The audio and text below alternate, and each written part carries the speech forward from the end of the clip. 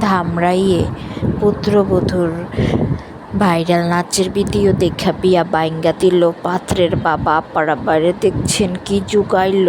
ধামরাইয়ে বিয়ার দিন তারিখ ঠিক হওয়ার পর কনের ডান্স করার একটা ভিডিও ছড়ায় পড়ছে পাত্রর এলাকায়। এতে ক্ষুব্ধ হয়ে পাত্রের বাবা বিয়া বাইঙ্গা দিলেন। পাত্রের বাবাকে কল করে মামলার হুমকি দিচ্ছে কনের বাবা। এই সংক্রান্ত একটি কল রেকর্ড আমাদের কাছে আইছে।